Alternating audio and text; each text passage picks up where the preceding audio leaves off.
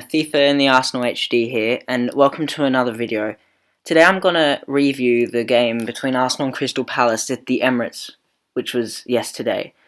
It was quite I wouldn't really say it was a shocking result, because Arsenal have been quite vulnerable at home recently, but it was surprising because many people were expecting Arsenal to push on and maybe get a 3 or 4-0 win. I'm going to kind of go into a lot more depth about my analysis of each side's tactics and the way the game played in this video, and I want to see your guys' opinions in the comments, so please comment below, and if you like my content, please subscribe, and I'm okay if you dislike the video if you don't agree with it, because that's what the feature's there for, right? I'll start by saying that when the lineup was released about an hour before kickoff, I was decently surprised. I really expected Arsenal to start Giroud up front, because I thought that the backroom staff and Wenger would kind of understand that Crystal Palace would probably sit deep and absorb the pressure and push us on the counter-attack. Players like Welbeck's quite decent when teams have a high line. He can just use his strength and power on the ball to push through, but this was a Crystal Palace team defending in their own box. You need players like Giroud to get on the end of things, and I was not exactly happy with the lineup. And there were also a few other players I would have started. I personally would have replaced. I definitely would have replaced Iwobi and put Campbell in, because I think that in big games like this, closing into the end of the season, obviously Iwobi's a massive talent on the ball. He's extremely brilliant, but I think he could be utilised more as a super sub. He's not experienced enough to start in these games where we need to focus defensively and stay disciplined. He's extremely talented. He can make the difference, and I think that's why he should have been a sub. I would have played Campbell because defensively he comes back and is very good. I'm not saying that Iwobi doesn't go back and defend. He made quite a few tackles, but I think that Campbell's a bit more efficient. And another thing I would have done, maybe a bit controversial, but we're heading into the end of the season, and I think we need to keep our best players fresh, and I think that Alexis Sanchez could have had a rest today. I think I would have trialled Ramsey on the right wing. I like when Ramsey plays on the right wing because he doesn't have the pressure on him to be positionally disciplined. He doesn't have to stay in a specific position. He can roam around. It adds a lot of balance to our team when Ramsey plays on the right.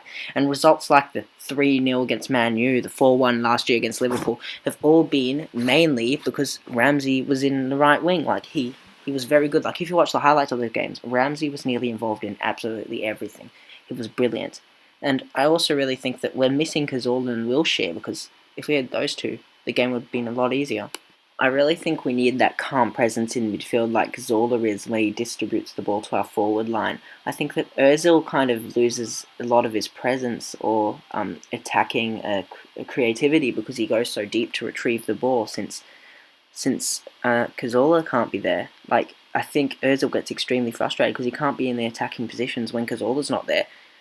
It's very frustrating to watch too. Even Alan Pardew said in his press conference, even though you can't take everything he says 100% literally, but he said that I saw that Ozil was frustrated because no one was at his level. That's exactly what he said, and I've got to agree with him. It's just how it was, and hopefully Ozil stays with us for another few years and we can actually upgrade our squad for once.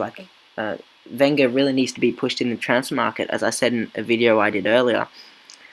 Hopefully this transfer window we can get 1 or 2 decent players and back him up. Wilshere also is extremely missed because the way he can dribble past defenders can be extremely important to the way our team plays. A lot like Iwobi does, but in a deeper role.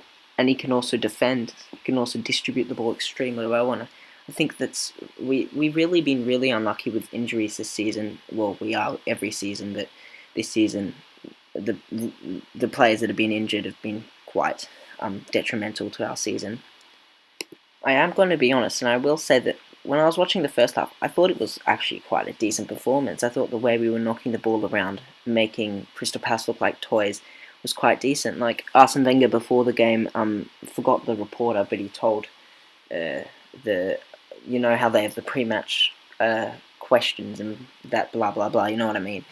Wenger said that we'll attack Crystal Palace with a fast pace going forward for the first few minutes and try to get an early goal.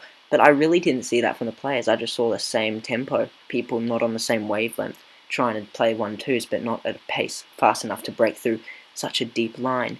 And like, it felt like we were really making no progress.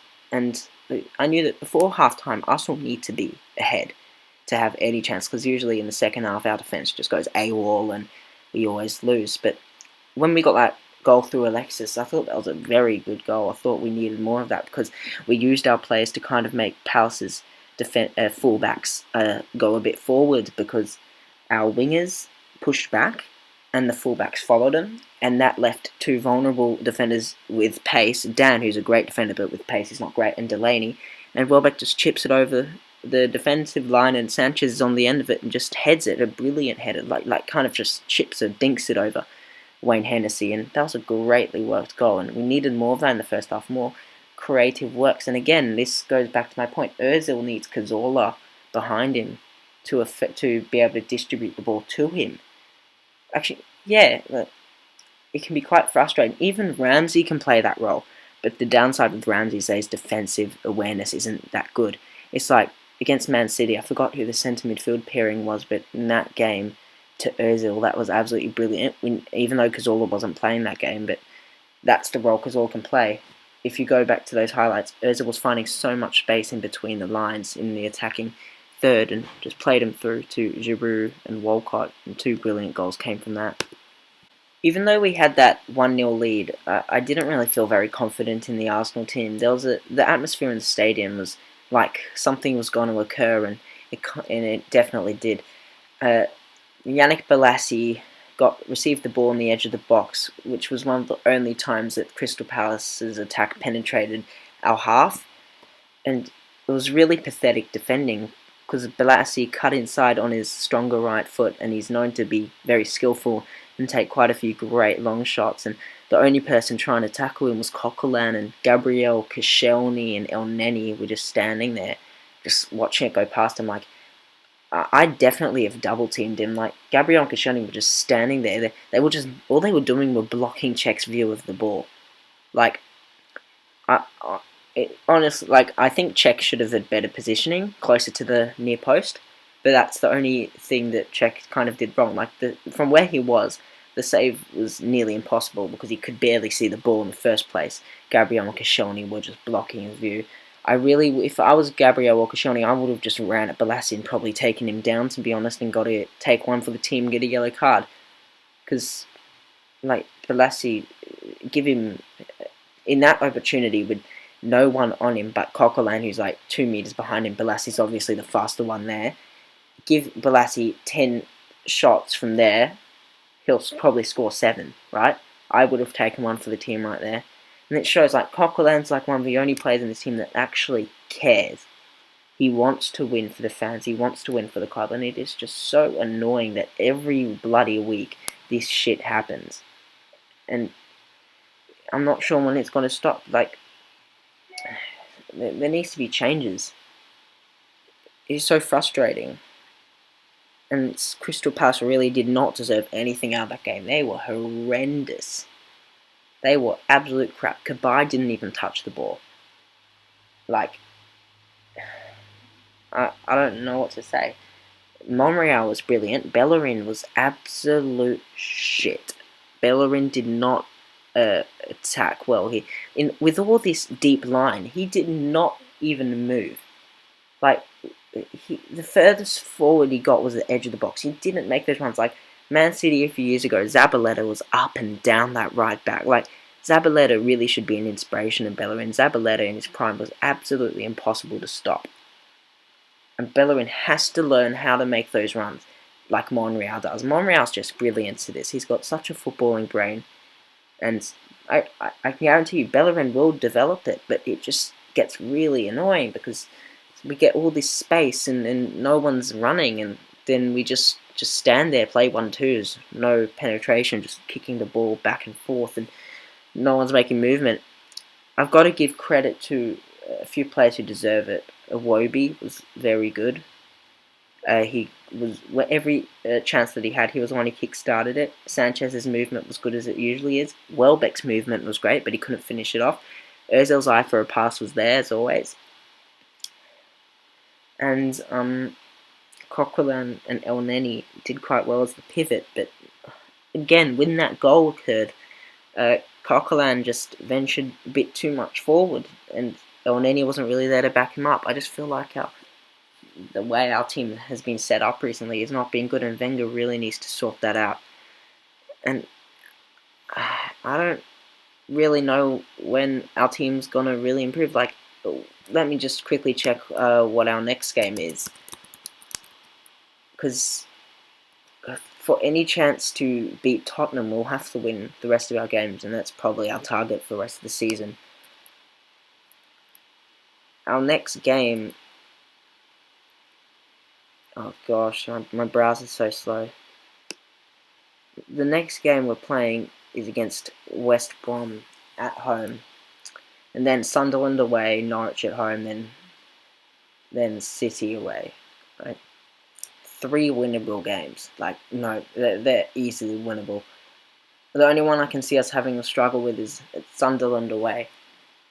But we need to approach this game against West Brom and say, okay, let's redeem ourselves for that 1-1 draw. Let's, when they go in after that first half, let's be up 2 or 3 or 4-0. Like, let's absolutely smash West Brom. Let's just attack them with a high tempo. Let's get a few goals and show the fans really how good we can be. Because this team can be special. We've got the talent in there. We've got a few world-class players and a few who can become world-class. We've got a few who can be legends. They're destined to become legends. This team just needs to stay together and win the Premier League. And yes, it's hard. It's a 38-game season. But as you've seen with Leicester this year, all it needs is the spirit of the fans, the spirit of the club, the spirit of the manager to all brush off on the players. I really hope that when I do my review video for the West Brom game, it will be a bit of a lighter tone than this. Thanks for watching. Please subscribe if you like my content, and see you guys.